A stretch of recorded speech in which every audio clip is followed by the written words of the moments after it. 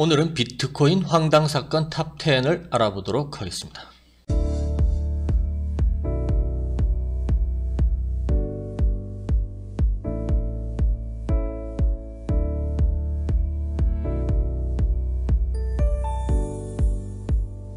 (10위는요) 피자데이가 올라 있습니다. 11년 전 비트코인 1만 개로 피자를 주문한 사나이가 후회 안 한다는 내용이 10위에 올라 있습니다. 피자데이, 이것은요 비트코인 커뮤니티에서 5월 22일을 부르는 말입니다. 11년 전 그날 한 프로그래머가 파파존스 피자를 주문하기 위해서 처음으로 비트코인을 결제했습니다. 이 프로그래머의 이름은 라스줄러 헨예츠입니다. 당시 그는 1만 비트코인으로 피자 2판을 구매했습니다. 비트코인 가격이 약 0.004달러, 하나로 약 4.78원이었던 시전이었습니다. 피자를 사먹는데 5만원이 쓰인 것인데요. 현재 비트코인은 약 4천만원으로 급등했습니다. 지금 시세를 감안하면 피자 2판을 사기 위해 약 4천억 원을 지불한 셈이었습니다. 패션 매거진 하이프 비스트에 따르면 헨예츠는 CBS 앤더슨 쿠퍼와의 인터뷰에서 결코 후회하지 않는다고 말했습니다. 이분이 헨예츠인데요. 헨예츠는 지난해 2월에도 비트코인으로 피자를 구매해서 화제가 되기도 했습니다. 당시 그는 비트코인 확장성 솔루션 라이트닝 네트워크도 활용해서 64만 9천 사토시를 지불한 것으로 알려졌습니다. 1사토시는 0.000000001 BTC입니다. 그때와는 확연한 시세 차이가 있죠. 9위를 보시겠습니다. 슈퍼컴퓨터에서 암호화폐를 채굴했던 한 연구원에 대한 이야기입니다. 연구기관의 한 연구원은 2018년에 슈퍼컴퓨터를 사용하여 암호화폐를 채굴한 혐의로 선고를 받아 7만 6천 호주 달러의 손해를 입혔다는 내용입니다. 정부 연구기관의 한 전 계약자는 2018년에 슈퍼컴퓨터를 사용하여 암호화폐를 채굴한 혐의로 선고를 받았습니다. 그는 최대 10년형의 징역형을 받아야 했었는데요. 이것을 일단은 피했습니다. 대신 법원은 그에게 300시간의 지역사회 봉사를 주었습니다.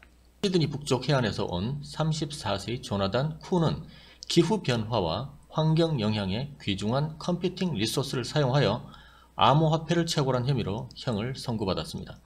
호주 연방경찰의 발표에 따르면 쿠의 2018년 1월 채굴 작업은 생산성 손실과 컴퓨터 구성 오류로 인해 최소 7만 6천 호주 달러의 비용을 지불하면서 약 9,400 호주 달러를 반환하게 되었다는 내용입니다.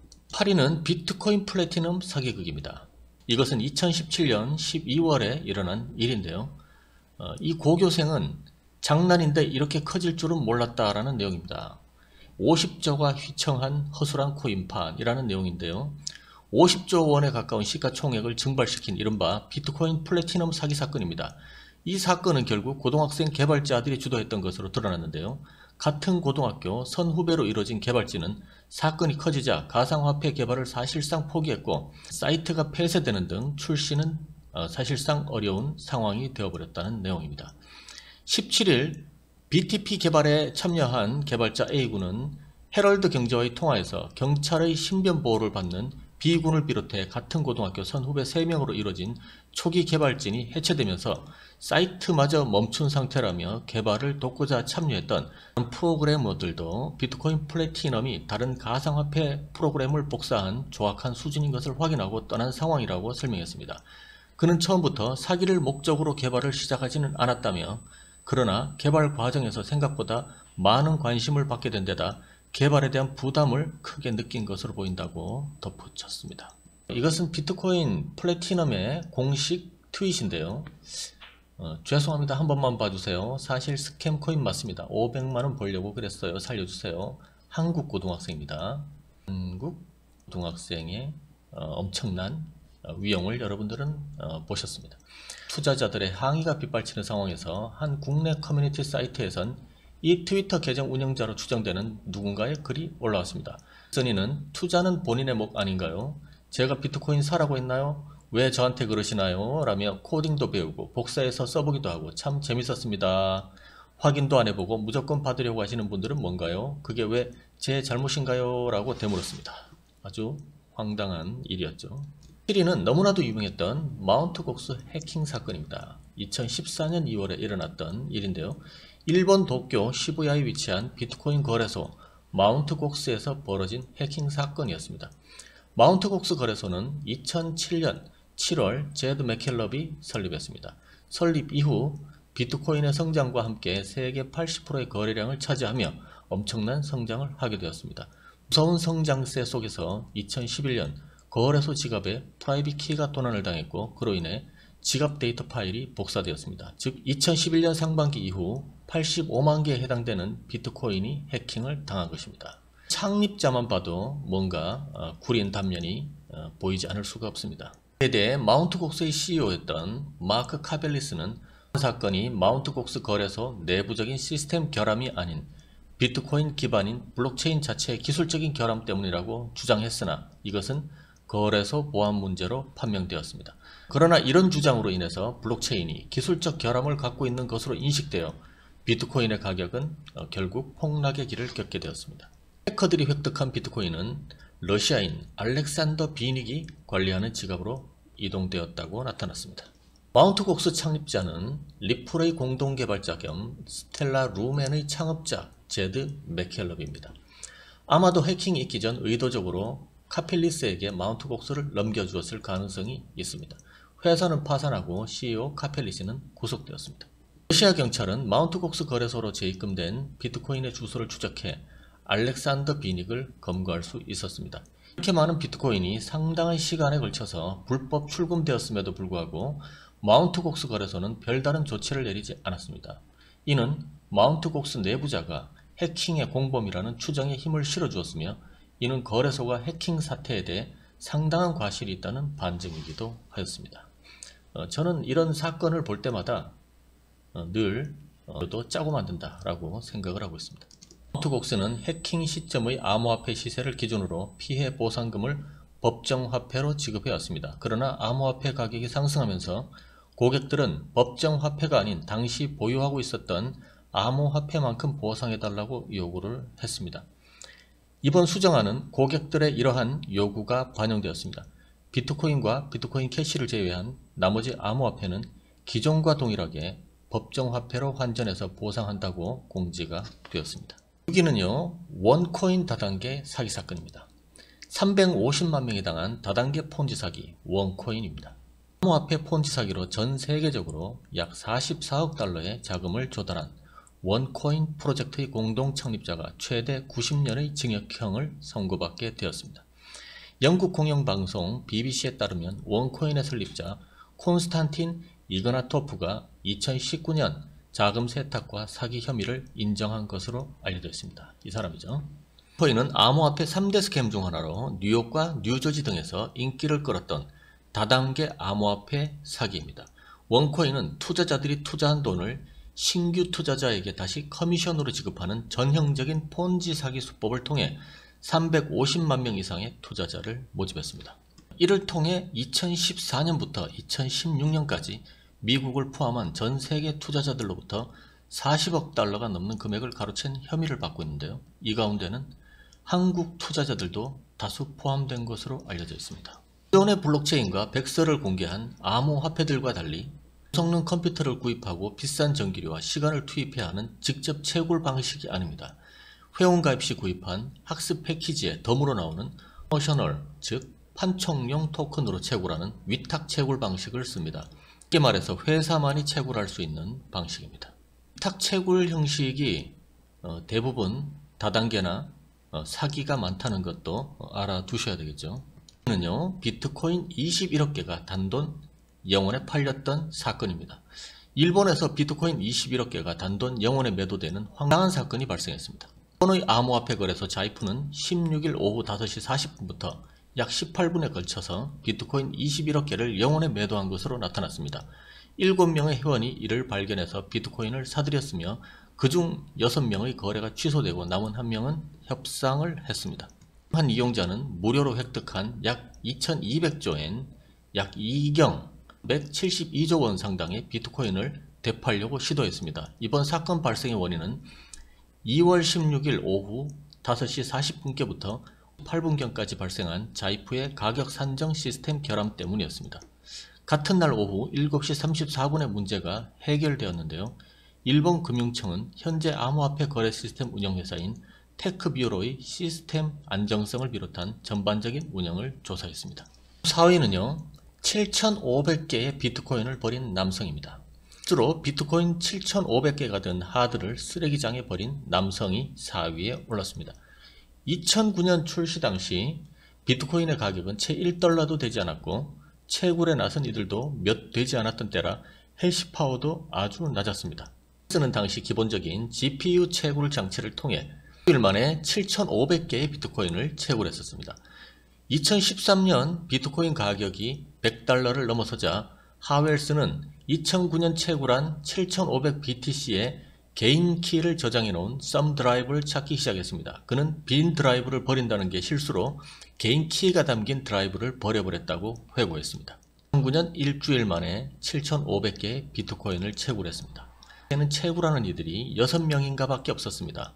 마치 골드러시 초기 시절과 같았죠. 4년 후 책상 서랍에서 썸 드라이브 2개를 찾아냈습니다. 하나는 비어 있었고 또 하나는 비트코인 개인 키가 저장되어 있었습니다. 빈 드라이브를 버릴 생각이었는데 실수로 개인 키가 담긴 드라이브를 버려버렸습니다. 라고 쉬운 회상했습니다. 하웰스는 수백만 달러를 날렸다는 사실을 알고 난 후에는 너무 마음이 아팠다면서 이렇게 말합니다. 비트코인의 가격을 찾아 계산기를 두드려 봤습니다. 제 가치였던 비트코인의 가치는 200만 내지 300만 달러의 규모였습니다. 몇 달 후 이 가치는 990만 달러까지 올랐습니다. 화가 났고 마음도 아팠습니다. 쓰레기 매립지에서 일하는 사람들에게 1000만 달러짜리 하드 드라이브를 버렸다고 말했죠. 그랬더니 저를 바보로 보더군요.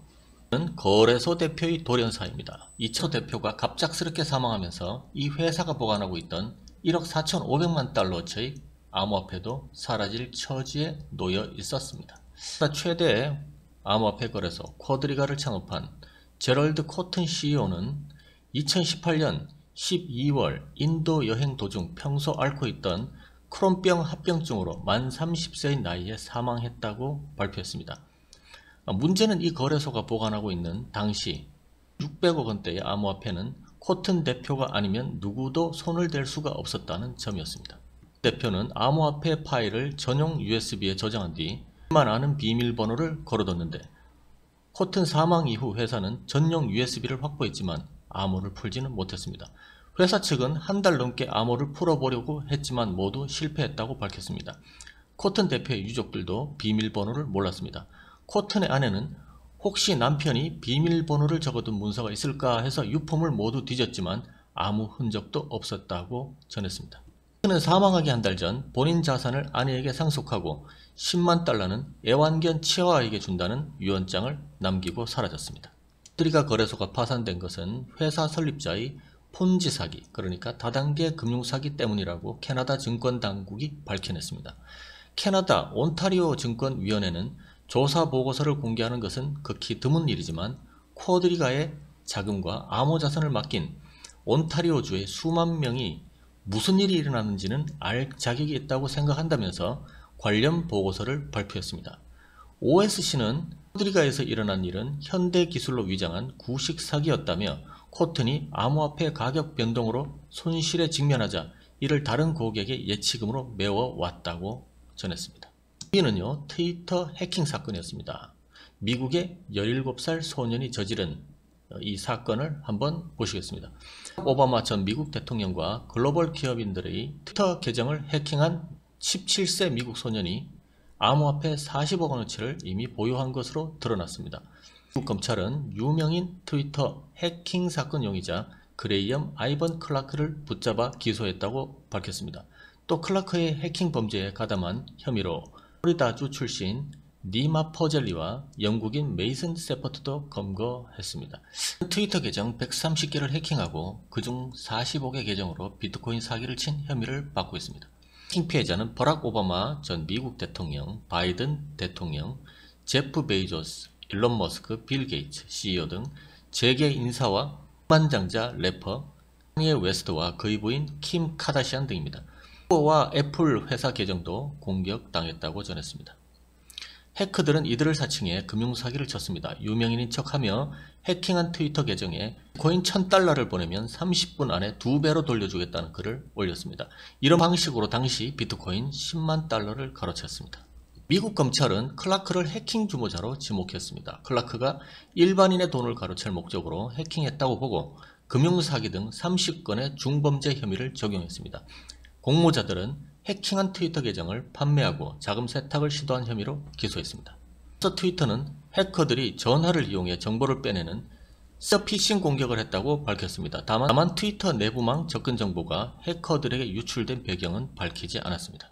마지막 1위는요, 비트코인 패밀리입니다. 전 재산을 판매해서 비트코인을 구매한 비트코인 패밀리가 여전히 여행 중이라고 전했습니다. 작년 크리스마스는 코스타리카에서 보냈는데 올해는 포르투갈이다. 2017년부터 현금이나 신용카드가 아니라 비트코인을 갖고 세계 여행을 다니는 것으로 유명해진 네덜란드 출신 여행가 디 타이후투가 자신의 트위터 계정 더 비트코인 패밀리에 올린 글입니다. 1비트코인의 가격이 900달러 수준일 때 전 재산을 비트코인에 걸어 지난 4년간 40개국을 비트코인만 가지고 가족과 함께 여행했다는 그의 얘기는 지난 5일 미국 경제 매체 CNBC에 의해서도 다뤄졌습니다. 보도에 따르면 그의 가족 5명은 비트코인으로만 거래하기로 다짐하고 비트코인을 받지 않으면 물물교환, 교섭 등 쉽지 않은 과정을 거치는 방식으로 그동안 유럽, 아시아, 오세아니아 등을 여행해 왔습니다. 터키와 불가리아 국경을 넘을 때는 비자 수수료를 비트코인으로 받지 않아서 차를 대로변에 세워놓고 자신들의 비트코인을 현금으로 바꿔줄 의향이 있는 사람을 찾아내 상대방 휴대전화에 비트코인 지갑을 깔아주고 현금 교환에 성공했다고 합니다. 타이후투는 지구상의 비트코인으로 거의 모든 것을 살 수 있는 지역이 두루 있다며 슬로베니아의 수도 류블라나와 이탈리아의 작은 마을 로베리토를 소개하기도 했습니다. 류블라나에서는 자동차 수리, 영화관 입장료를 비트코인으로 결제했고 로베리토에서는 심지어 오토바이도 사고 이발도 했으며 세금도 냈다고 그는 전했습니다. 끝으로 비트코인 황당사건 탑10을 마치도록 하겠습니다.